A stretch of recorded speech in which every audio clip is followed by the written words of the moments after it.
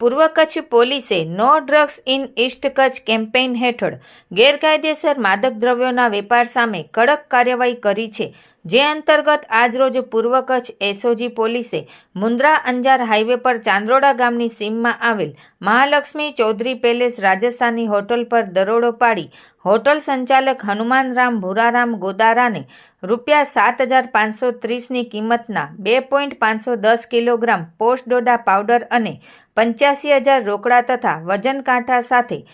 કુલ 93,530ના મુદ્દામાલ સાથે ઝડપી તમામ મુદ્દામાલ જપ્ત કરવામાં આવ્યો છે. આરોપી વિરુદ્ધ NDPS એક્ટ હેઠળ ગુનો નોંધી વધુ કાર્યવાહી માટે અંજાર પોલીસ સ્ટેશનને સોંપવામાં આવ્યો છે. આ કામગીરીમાં SOG PI DD Jhala, PI VP Ahir તથા એસઓજી સ્ટાફ જોડાયો હતો.